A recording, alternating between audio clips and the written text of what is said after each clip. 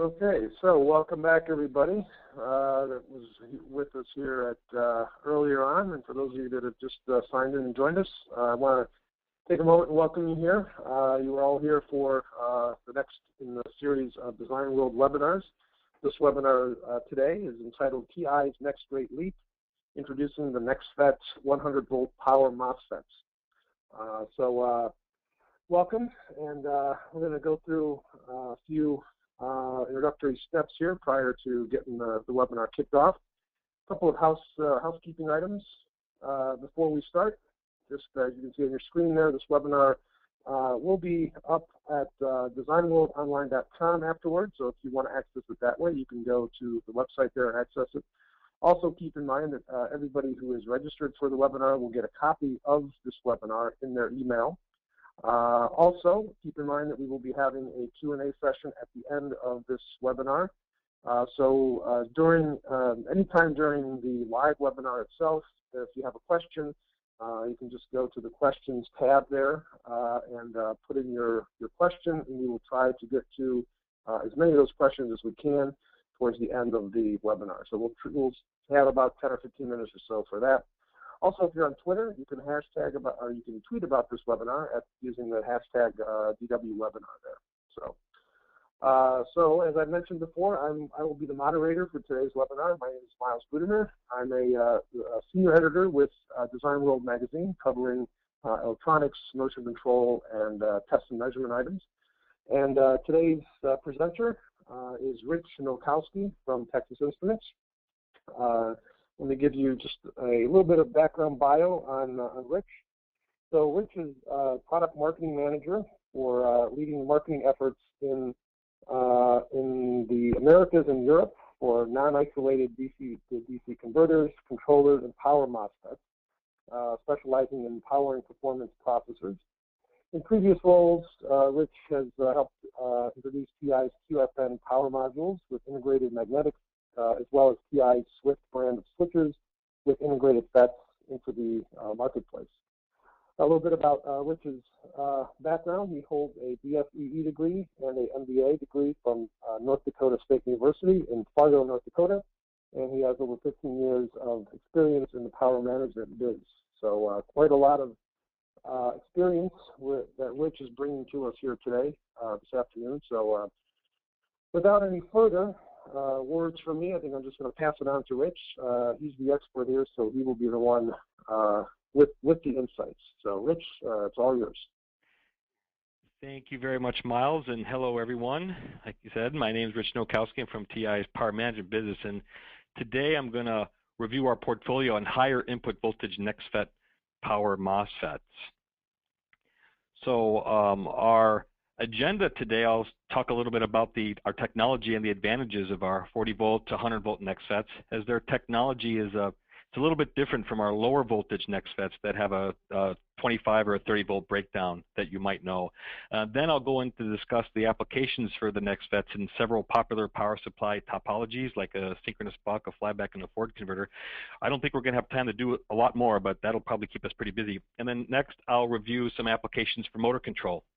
And afterwards, I'll show tools and some resources on that. So, Miles, can you flip the slides? I can't really see the icon to do that. Sorry. Okay. Let's see if we can get that taken care of here. Bear with us for a second. Okay, there we go. So we're really excited to bring our NexFETs with a rating of up to 100 volts to the market. And just for some background information, the NexFET lower voltage products that were released back around the 2007-2008 timeframe use a lateral DMOS, or a drain extended MOS type of a device with a vertical current flow. This provides a high density MOSFET structure, and the gate charge is low, and the resistance, the on resistance, is low by using a semiconductor process that can take advantage of smaller process geometries, you know, like a 0.25 volt, 2.5 micron process, or even smaller. Now, however, the TI's NexFET mid voltage technology, which is the 40 volt to 100 volt MOSFETs that are recently released, use more of a planar gate, allowing the low gate charge and low capacitance and faster switching speeds, We also use a super junction trench, which is also implemented to improve the RDS on. Now, traditional trench MOSFETs were commercialized back in the 1990s. They provide a high-density structure for low on resistance, but they have a larger gate area and a higher gate charge. So we'll get into a little bit about the reasons why we do that and the advantages in a few more slides. But the good news is that we've released about 35 new products that support from 40 volts to 100 volts. And these mid-voltage NexFETs are available in a TO220 package or an SO package to support applications requiring good thermal performance, low resistance, and high board density. Like, for example, what we're showing here, we just announced a few weeks ago, is the CSD 19506, which is in a TO220 package. It has the lowest RDS on in the industry for an 80-volt FET at 2 milliohms. You can see the 19536 has 2.3 milliohm RDS on at 100 volts.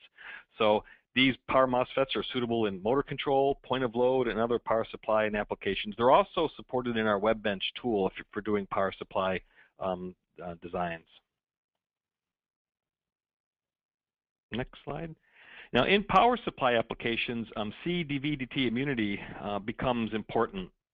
And the ability to switch faster will help reduce the size of the power supply's output filter in those board-constrained applications. Now, NexFETs provide excellent CDV/DT immunity and allows the MOSFET to switch faster than conventional MOSFETs to help avoid shoot-through currents that can result in any efficiency loss or even, worst case, a catastrophic failure because you'd have that direct short to ground. As non-isolated synchronous-Buck power converters continue pushing higher switching frequencies, because everybody really likes small size, the limiting factor has become the switching losses of the high-side MOSFET. So the faster the high-side MOSFET can turn off and on, the lower the associated losses can become. So, but when you address one problem, usually another one pops up in its place. Specifically, the faster the high-side MOSFET is turned on, the more susceptible the low-side MOSFET becomes to DV/DT-induced turn-on. So this induced turn-on establishes a situation where the synchronous MOSFET can momentarily become turned on, even though the gate drive signal commands it to be turned off. So that's why our technology with that immunity helps us to switch twice as fast by alleviating that on to become the MOSFET to become inadvertently turned on. Next slide. Okay, next slide, please. Okay, avalanche breakdown is an interesting phenomenon that occurs in semiconductors. And actually, back one slide, please. Now, in avalanche breakdown, you can have very large currents can flow within materials which are otherwise good insulators. And the large voltage drop and possibly large current during that breakdown leads to a generation of a lot of heat, which can pose several problems which affect the ruggedness of the FET. MOSFET vendors like us, we will determine and define the ruggedness as the capability to withstand avalanche currents when subjected to this unclamped inductive switching test. So whenever current through an inductor is turned off quickly, the magnetic field creates a counter electromagnetic force that can build up a pretty high potential, and this potential can far exceed the rated breakdown voltage of the MOSFET and result in a catastrophic failure. So our mid-voltage NexFETs are avalanche rated, and the devices are tested to failure. And the graph here shows that these MOSFETs, when compared to competitive MOSFETs, provide about a 20% higher current capability under the unclamped inductive switching test to provide for a really rugged power MOSFET. Now, as I mentioned before, TI recently released around 35 new 40-volt to 100-volt power MOSFETs, and the table is shown here just for reference. And here I'm showing the devices in the surface mount 5x6 millimeter package right up at the top. And there are NexFETs available with on resistances as low as 1 milliohm and a gate charge as low as 14 nanocoulombs. Of course, some of those are diametrically opposed. Note that we have two types towards the bottom, two types of SON packages. We have the Q5A package, which means that the die is wire bonded to the lead frame. And we also have the Q5B, which uses a clip instead of the wire bonds. And you could notice that on the far left, the right-hand side, that's the suffix of part number. Now, I will mention a little bit about commonality in LAN patterns with competitors. Now, the TI Q5B can be mounted on the Vishay PP pack LAN pattern, and also the Q5B can be mounted on an Infineon recommended LAN pattern as well. The Q5A and the Q5B are still the same pin package LAN pattern, so they could be used interchangeably. Now at the bottom, we're showing two dual FETs. These are 60-volt FETs, and they're in the 8-pin SOIC package. And these two new NexFETs are very suitable for motor control. And we will discuss the applications later on. You know, having two MOSFETs in one package obviously saves space and helps simplify the designs. And in the next slide, we're showing 40-volt to 100-volt NexFETs in a TO220 package. Now here there are FETs available with on resistances as low as 2 milliohm and with a gate charge as low as 14 nanocoulombs. Now many industrial applications prefer leads like a TO220, so these types of packages are available. But it is an interesting note that the TO220 packages have a theta JA of about 62 degrees C per watt, yet the theta JA of the SON package is about 50 degrees C per watt. It's a little bit better. However, the TO220 packages can be more readily heat sinked, so you can get a lot better currents out of those parts if you can, you know, put a heat sink on to get the heat out. So they also have an advantage for that. So in the next slide, we'll discuss a couple power supply architectures. So we're going to take a look at some switch mode power supply applications for TI's NexFETs. And here's basically a typical architecture of an isolated power supply. You know, on the left-hand side, you've got the AC to DC rectification. Usually that uses some diodes. And then the architecture may also include a PFC or a power factor correction circuit, which can be a boost or a buck boost or some bridgeless PFC or some topology. But in most cases, it's a boost converter run up to about 400 volts to improve the power factor of a heavily inductive or capacitive load. And then on the secondary side, we will be focusing our presentation on the secondary side, synchronous rectification, for which our NexFETs are well suited. So yet the cool thing about this is that these 100-volt NexFETs can be used on the primary side of some isolated architectures, but most of the presentation will be focusing on the secondary side, where they can add value by offering higher efficiency and more ruggedness for the secondary side DC-DC conversion. Now, towards the bottom of the slide is a list of popular switch mode power supply topologies with the power levels indicated. These are basic kind of rule of thumb efficiency standards that they will meet. Each topology has its own pros and cons about the power level, and for the sake of time, I'm going to highlight just a few of the more popular topologies to show how NexFETs can be used to provide a high level of performance. So the first topology that we'll look at on the next slide is mid-voltage synchronous rectification. Now, it can be implemented either in isolated or non-isolated supplies, and the most important parameter for the MOSFET is the RDS on and the two charges, which is the QRR and the QOSS. These are very important for power losses, as they normally limit the high frequency operation and increase the power losses proportionally to the frequency. In many cases, we use a figure of merit and for these mid-voltage buck converters, which is generally defined as the RDS on times the QG. This figure of merit helps designers compare a series of FETs against one another to initially check the performance. When choosing a FET for the secondary side, obviously the FET's breakdown voltage is dependent on the output voltage and the transformer's turn ratio, since we need to know what the voltage the FET will be seeing on the secondary side. So when considering the NexFET or the RDS on of the topology, the RDS on is needed, the output current and the output power are most important to take a look at for determining the right FET. So the first example in more detail on the next slide is the non-isolated Synchronous-Buck converter.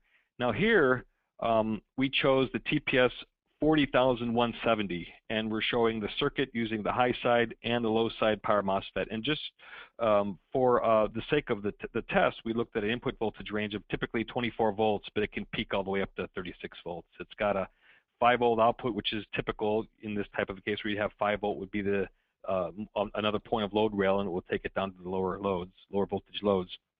We designed this to accommodate 5 amps, and I'm not going to go read the whole slide, but basically choosing a slow switching frequency to optimize the high efficiency. So we also did some accommodations for ringing, and we actually designed in a snubber to kind of check and see how this is good design practice to implement when especially trying to optimize for high efficiency. So on the next slide, we basically show our chipset it's a 60-volt high side and low side FET combination. So it's the CSD 18537N and the 18563. So we basically designed this chipset solution with those two MOSFETs targeted for Wide-Vin Synchronous-Buck applications.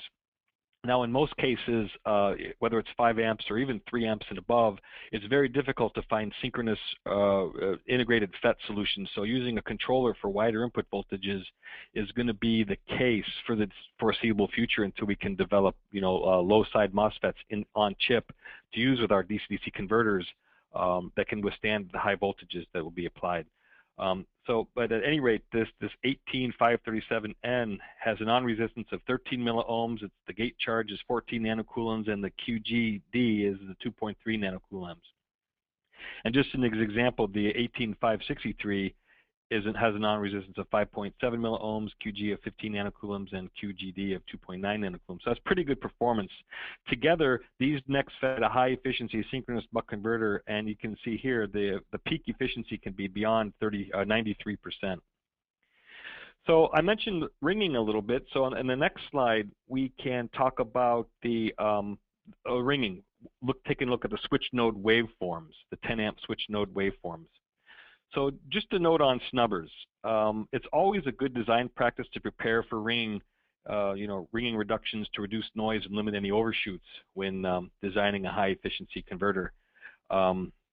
If you look on the left side of the graph, you'll see a waveform showing the switch node peak, which can ring right around to 46 volts. Now, this is still about 80% less than the breakdown voltage of the FET, but it's a good idea to accommodate snubbers, especially when you're trying to optimize for high efficiency. Now, if you look on the right-hand side, we show the switch node peak voltage ringing with the snubber circuit.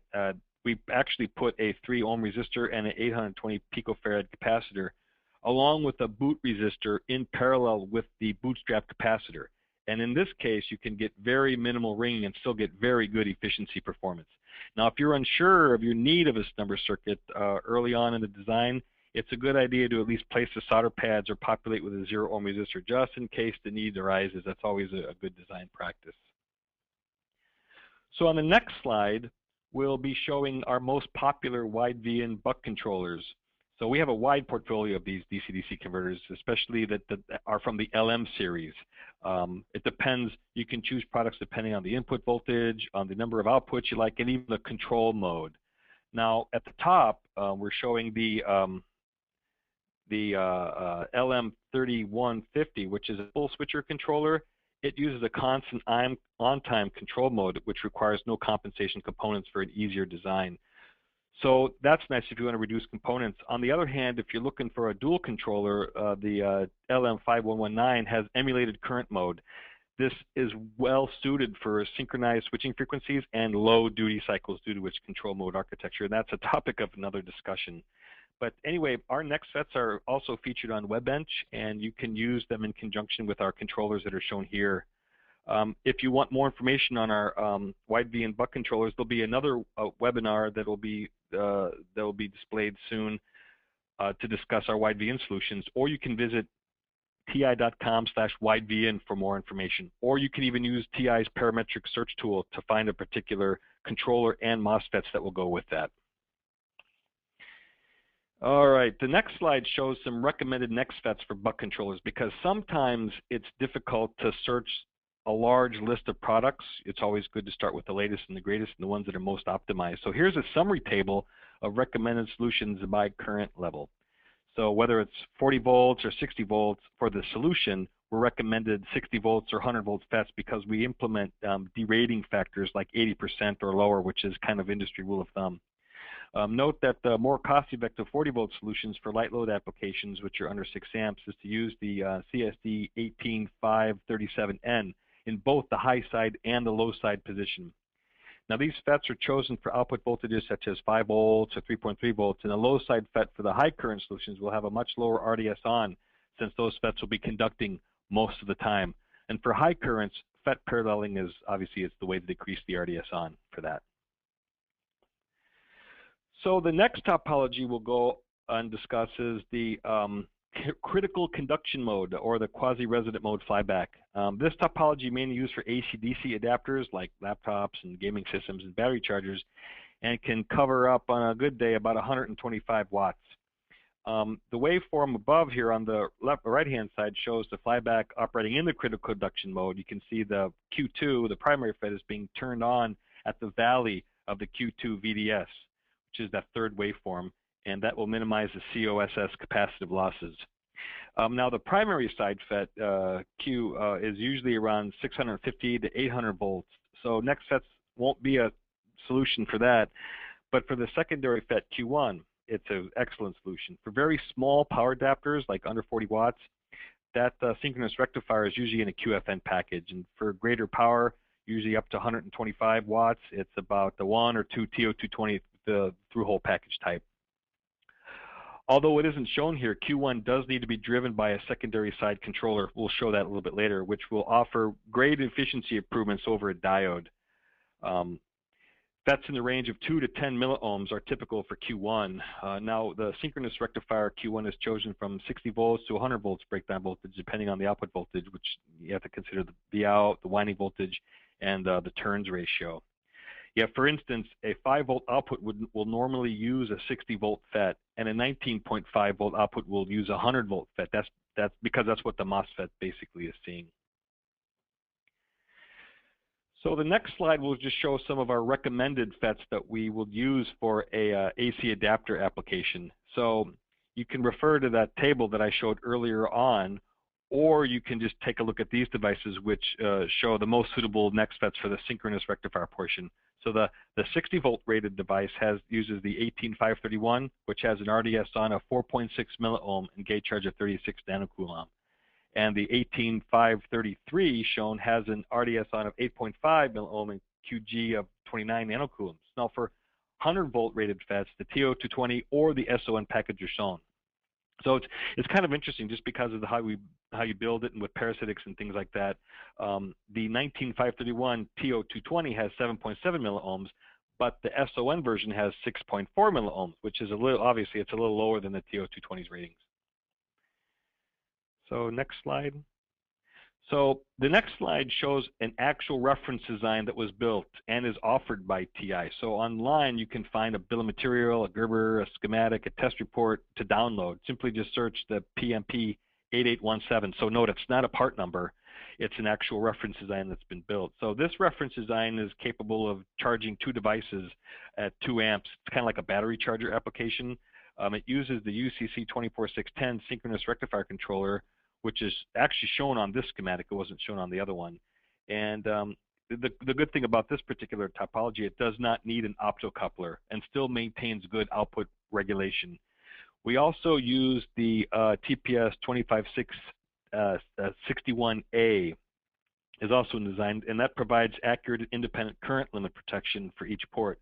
And the 2513 communicates with the mobile devices under charging, because you have to have certain charge characteristics in order to begin charging. And this is a pretty small design.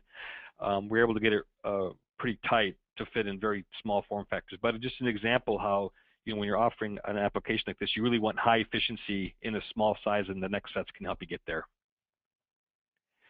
And the efficiency plot on the next slide is pretty good too. It shows either 115 or 230 volt input, and you can see from the AC-DC side or from the DC-DC side. So even that secondary side portion only contributes to about a 2% loss. This is a significant improvement from using a diode-only solution. So the NexFETs really do a good improvement. Next slide. The next example we can show is a little more complicated. It's the forward converter with the active clamp. So in this case, we have Q3, which is used as a reset FET, or otherwise known as the active clamp FET, and it allows for the use of smaller transformers since it can use more flux of the transformer core. And you can get higher efficiency as that reset energy that I talked about is conserved, not dissipated. Also on the primary side is the Q4. For telecom, 36, 72 volt, typical 48 volt, and 160 volt FET will typically be chosen for that. So speaking of the secondary side, one cool feature about this is no gate drivers are required for operating Q1 and Q2, as they're driven from the windings of the transformer. So you don't really need special windings. You don't need gate drivers there either, like on the other topology. On the secondary side, the Q1 is the forward FET and Q2 is the freewheeling FET, and there are NexFET options for these FETs. For the Q1, or the forward FET Q1, we really want FETs to switch fast and have a low QC and turn off, and a low turn-off losses. Those are the best ones. Then for the freewheeling FET Q2, we want FETs that have a low conduction loss and good figure of merit. The number of parallel FETs for the forward and the freewheeling positions depend on the power level and the efficiency target. So an ideal target for something like this might be power over Ethernet. We're going to show a PoE example in the next slide, because efficiency matters. Even when the currents are lower, the power is lower, but the input power budgets are more tight. So we could just show an example of some FETs that you could use on the next slide right here. Yes, this is good. For offline converters and isolated DC converters, they could be designed with an active clamp forward converter. So low RDS on NexFETs are great choices for the forward FET and the freewheeling FET. And unfortunately, at this time, for the primary side FETs, we don't have MOSFETs at that rating at this time. So the next circuit shows an example of the actual reference design. So here we show a high power PoE that can deliver up to 5 amps from a isolated 48 volt input. And this one we used the UCC 287 was at the UCC 2897A converter to do the high efficiency active clamp forward converter. And we use NexFETs on the secondary side, and we can get efficiency around 90% at full load, and we're using the CSD 18533. There are, as shown in the circles, there are 2 of these that are in the design. We also show the TPS 23S79, which is a powered device controller that would go actually in the finished product. Again, this design has been built and tested, and you can go to the TI web and find it in our search engine as an example. And the next slide shows the efficiency plot, which is 90% from 48 volts to 12 volts at 5 amps. So in PoE applications, the active clamp topology was a good choice because we needed more efficiency than a flyback. Even though the power levels are more indicative of a flyback, since the input power is limited down that Cat5 cable, it's worthwhile to use a more advanced topology and to achieve higher efficiency than a flyback device. So the next topology that we can look at, and it'll be the last one that we discuss, is the Resonant LLC DC converter. So the Resonant LLC DC converter shown above is a very efficient topology. It's used for very high power applications, usually in the 250 to 600 watt range. It gets rid of the switching losses in the power devices, so it's very attractive for that. Well, in a nutshell, it is a variable frequency converter. The controller typically adjusts the switching frequency to regulate for the input voltage and the output load variations. And the primary FETs, Q1 and Q2, shown in the circuit on the left-hand side, are normally operated at about a 50% duty cycle in a topology like this. And the lack of an output inductor, as you notice, there's no output inductor. It actually saves VCR and core losses. If correctly designed in the resonance, the primary FETs Q1 and Q2 can achieve that ZVS or zero voltage switching to reduce switching losses, which is another real benefit of this topology. The topology also controls voltage stresses on the output synchronous rectifiers, so lower rated FETs can actually be used, and this can help reduce cost or provide higher efficiency if you're trying to balance the two. Also, the synchronous rectifiers S1 and S2 are turned on at the zero current switching, which reduces the gate, the turn-on gate drive losses. However, just from a topology standpoint, this guy doesn't work real well with wide input voltage variations, and also there's a need for the synchronous rectifiers to be driven like with the UCC 24610 secondary side controller we discussed a little bit. So the next slide shows the NexFETs that we would recommend for the synchronous rectifier side. And since these power levels are really high with the Resonant LLC, the low on resistance is very desirable. Here, we're showing resistances down to the 1 milliohm in our clip style surface mount package. That's why you see the Q5B. They'll do the best in the lowest RDS on. And we also have a reference design that the next slide shows as well, which is a 400-volt output, a 12-volt output, 400-volt input, 460-watt design. Yeah, you can also download this design if you're looking for a converter like this. It uses the 25600 LLC controller and the 24610 synchronous rectifier controller. It also controls 2 banks of the 8501 NexFET MOSFETs, which eliminate the need for heat sinks on the output rectifiers. To download this design, just type in PMP5967 into our search engine. And the efficiency plot on the next slide is pretty impressive. It's coming in around 94% at full load, which is almost at 40 amps. And that's a lot of power. Just as a side note, I've often used a rule of thumb over the years that kind of takes about a man-day. It's like 1 man-day per watt from start to finish, from day one to manufacturability to design a power supply from scratch. So according to this rule of thumb, I don't know how accurate it is, but that 460 watts is a long time. So I know the designer is proud of this guy. Unfortunately, it wasn't me. But anyway, that concludes the power section. I'd like to move to the next slide and talk about motor control solutions with our NexFET. So in particular, we'll cover some of our recommended devices for various DC-DC motors. So for switch mode power supplies, on resistance and gate charge were the main selection criteria for power MOSFETs. Now for motor control, this isn't really the case. The drain current rating and the safe operating area are the main selection criteria. Ruggedness of the MOSFET and its unclamped inductive switching avalanche capability are very important. You know, whenever you run current through an inductor and it's quickly turned off, the magnetic field induces a force that you have to deal with, and that may exceed the rated breakdown of the transistor. Another application to illustrate this is like a motor, like a power drill application. We're showing a drill here. A stalled rotor can result in high voltages that exceed the breakdown voltage and can result in high drain currents and catastrophic failure. So it's important to choose MOSFETs that are avalanche rated with high pulse drain currents over a high temperature. The graph shown in the lower right here shows the single pulse unclamping inductive switching test results. We have these in our data sheets.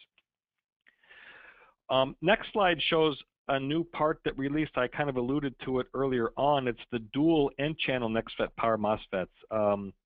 These are very suitable for motor control, especially in the H-bridge configuration. So these FETs can provide up to 8 amps, one's 4, the other one's 8 amp per FET, and offer a 50% reduction over discrete designs.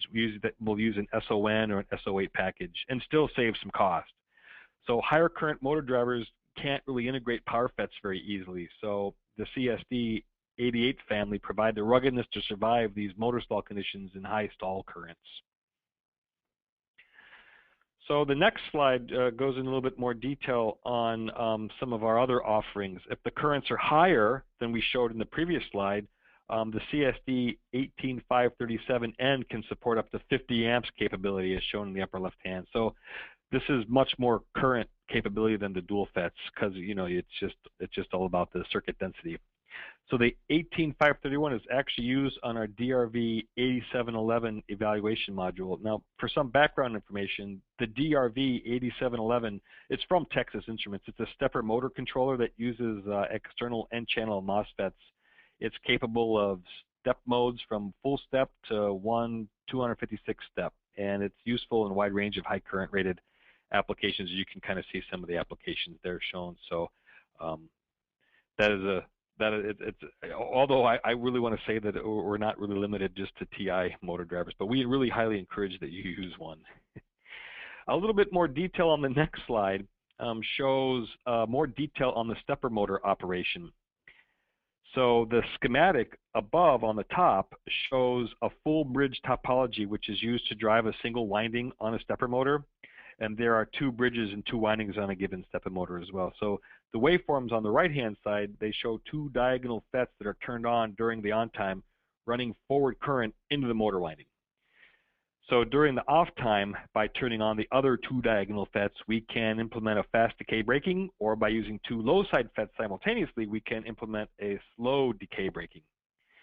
So there are basically 3 FET recommendations for NexFETs that could be used on the DRV 8711 pre-driver, depending on the input current required to drive that motor.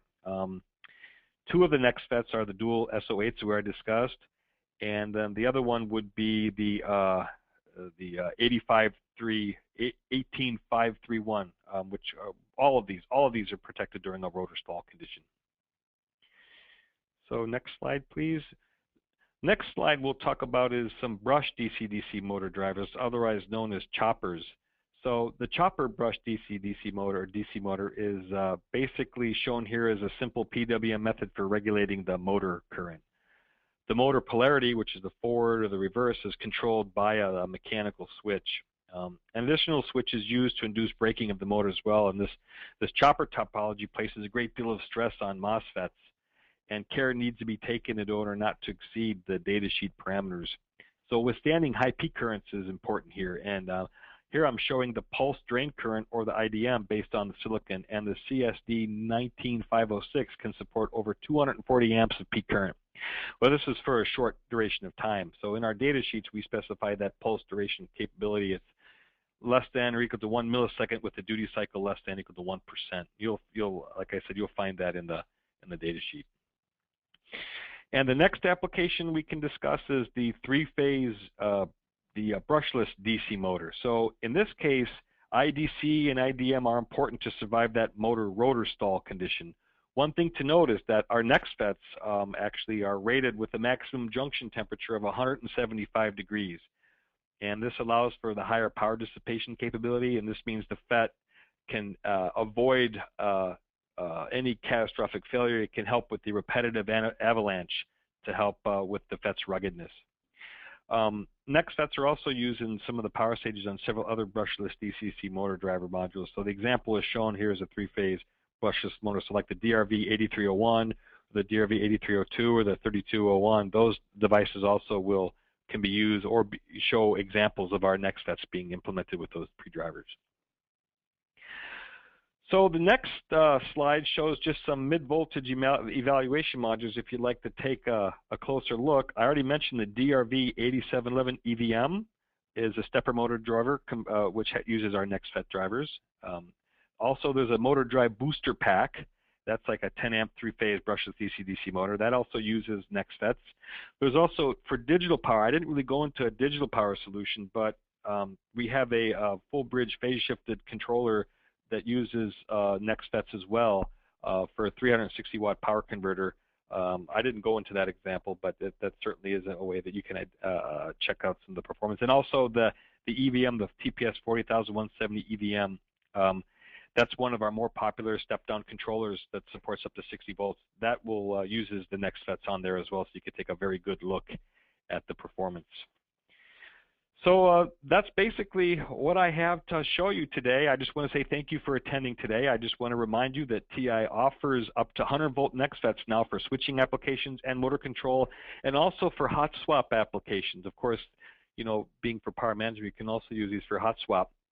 We're opening up a new range of these 40 volt to 100 volt NexFETs through second quarter, so most of them, if not all of them, have released right now. And visit our NexFET landing page, which is ti.com/NexFET, for more information and to help you search for the right FET. Well, thank you very much, guys. I appreciated the time to go ahead and deliver this presentation. Thank you. Thanks, Miles. Okay, well, thanks a lot, Rich. It's a pretty detailed presentation there, and I want to thank everyone for being here too. Also, would like to remind everyone that we do have some time for some Q&A. So if you have any questions, I know I've seen several questions come in here during the actual webinar presentation, so we'll try to get to all of those. But if you have any questions and you have not submitted them at this point in time, you can do so. And like I said, we'll try to get to as many questions as we can here. So I think we'll take a few minutes here, Rich, and look at a few questions here from that have come in from the folks here. So here's one about. Let's see, the person is asking about, is there any radiation hardness criteria for these FETs? Okay, yeah, good question. At the moment, you know, that would be like military rated, I figure, radiation hardening. At the moment, we don't have these devices released as military hardened. I can't say that won't ever happen, but at the moment, the products are relatively new, so those haven't been investigated yet. So unfortunately, I have to say no, not yet. Not at this time. Not at this time. Okay. Yes. Okay, but maybe down the road. Yeah, I guess if there's an opportunity for that, our military products group, that's a separate group within TI that actually qualifies them, would be more than happy to take a look at to see the ability or the capability for us to survive that test or those tests, or what we need to do to make that happen. Okay. All right. Fair enough. Here's another question asking about if the devices are available at the die level. Oh, another. Actually, it's quite interesting. It's the same group who does military actually does the die sales, and at this time, no, not at this time. But you can also request, if you have a TI contact, you can request that, and they might be able to take a look at that. But I think at this time, no, they're not available for die sales yet. Okay, so not as a general option, but but if you wanted to follow up with your TI contact person, maybe something can be done. Is kind of what you're saying. Yeah, it's hard to say. Yes, it's hard to say no. Okay. Yeah, I know, right? Isn't it? All right. Here's another question then. Earlier in one of the slides, you kind of broke it out in terms of low voltage, medium voltage, and higher voltages. Does TI have any plans on coming out with any higher voltage FETs then? I think in the long term, it's very possible. In the short term, probably not. I mean, I can't tell you that we just released, it's like the UCC 28910. It's a 700 volt with an integrated MOSFET. So we certainly have a high voltage process capable of doing that. But so it's a matter of time until we can get MOSFETs that are rated up to that high of a voltage. So it's probably something more in the medium term, but not in the short term. But that's a good question. Okay. All right. Fair enough. Here's another question then about maybe a question that dives a little more deeper into some of the technical levels. But earlier you mentioned that there were significant improvements in the CDVDT immunity as well as the increased switching speeds. And I was just wondering maybe what what is maybe the technical mechanism by which that's possible? I guess what technique was used, or what's the kind of technical background for those improvements in performance? Yeah, I think that one, if you can remember, like our low voltage FETs, and some of the listeners may not realize this, but our low voltage FETs switch very fast as well, and they use like a lateral DMOS type of a MOSFET. And when you're using like a 0.25 or 0.18 or even very small process, you can have a very large area or very low RDS on. It doesn't take up that much die space, but also your gate charge, the gate capacitance can also become pretty good as well, and you can actually switch real fast. And it's kind of a hybrid between using that planar type gate and also with the super junction trench. So it's kind of process. I wish I knew more about process semiconductor technologies, but that's probably about the best way that I could explain it. Just a combination between the hybrid between the planar and the junction that allows us to switch fast like that. So and that gives us the performance that we can get to turn off, to switch faster and get better performance. Okay. And maybe as a follow-up to that, which you may have already just in your answer now, but also one of the other benefits you mentioned was a lower thermal resistance, and I was wondering if that's also due in part to some of that same hybrid kind of solution that you were talking about earlier. Yes. The combination of looking at the gate capacitance and the trench architecture there too. Yes, that's right. That super junction trench will allow us to get some good low RDS on. Yeah, so it's basically the same answer. Every time you do something, you have a trade-off. So we're trying to balance that the best we can. Sure. Okay.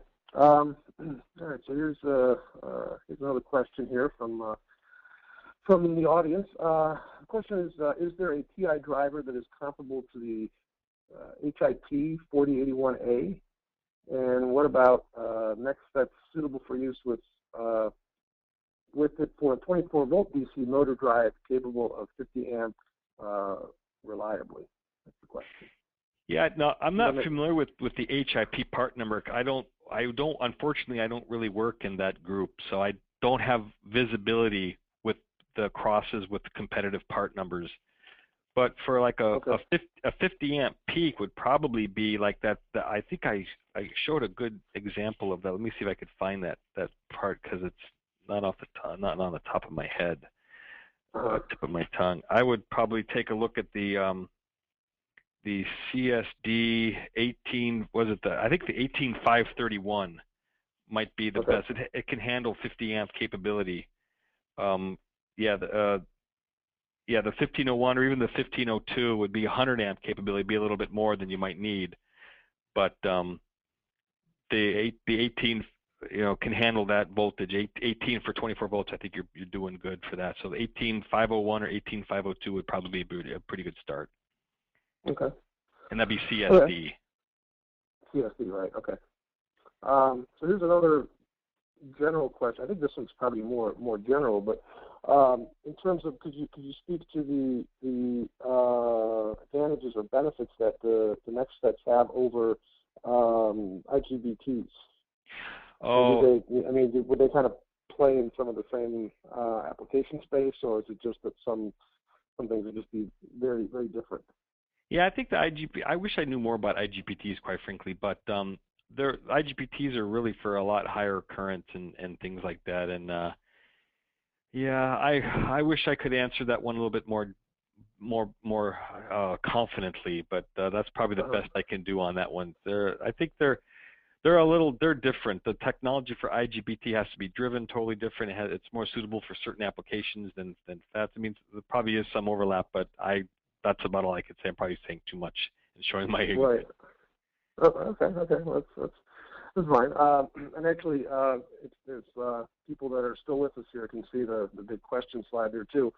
As just a kind of a more follow-up, there's if you want to reach either me or Rich, you have our contact info there. You've got our email address and my phone number and my Twitter handle there. And for Rich, obviously, there's his email address and his phone number as well. And I'm sure, speaking for you, Rich, but I'm sure Rich would be more than happy to answer any questions, follow-up questions that maybe if you don't have anything right now, but if you think of something 2 days later, then you can certainly reach out. I think Rich would probably be able to help you out, right? Yes, please. And if I can't, I'll find someone who can. Right. All right. That's good. Okay. We're getting close to the end here. I mean, if you do have some more questions, we could try to take some more. Otherwise, if not, then we could kind of begin to wrap things up here a bit. Once more, I'd like to take this time to thank Rich, certainly for his time and for his expertise here and for sharing it with all of us this afternoon. And a couple of the follow-up points there as well, that the webinar will be at designworldonline.com, where you can access it, and also everybody that registered for the webinar will get a copy of the webinar in their email. You can still tweet about the webinar at the hashtag DWWebinar. You can connect with Design World through all of those various social media outlets there, including Facebook and Twitter, LinkedIn, Google+, YouTube channel, so forth and so on. We're all over the media world here. And we can also carry on this discussion further at engineeringexchange.com. And I'd like to also thank our sponsors or co-sponsors here, TI, obviously, and Mauser as well for sponsoring this webinar today. And once again, Rich, thank you for your time and for your expertise today. And thanks everyone for joining us. And hope everyone has a good rest of the day and a good rest of the week as well. Thank you, Miles. My pleasure. Thanks, everyone. Okay. Thanks a lot, Rich. Thanks, everybody. Have a good afternoon. Bye.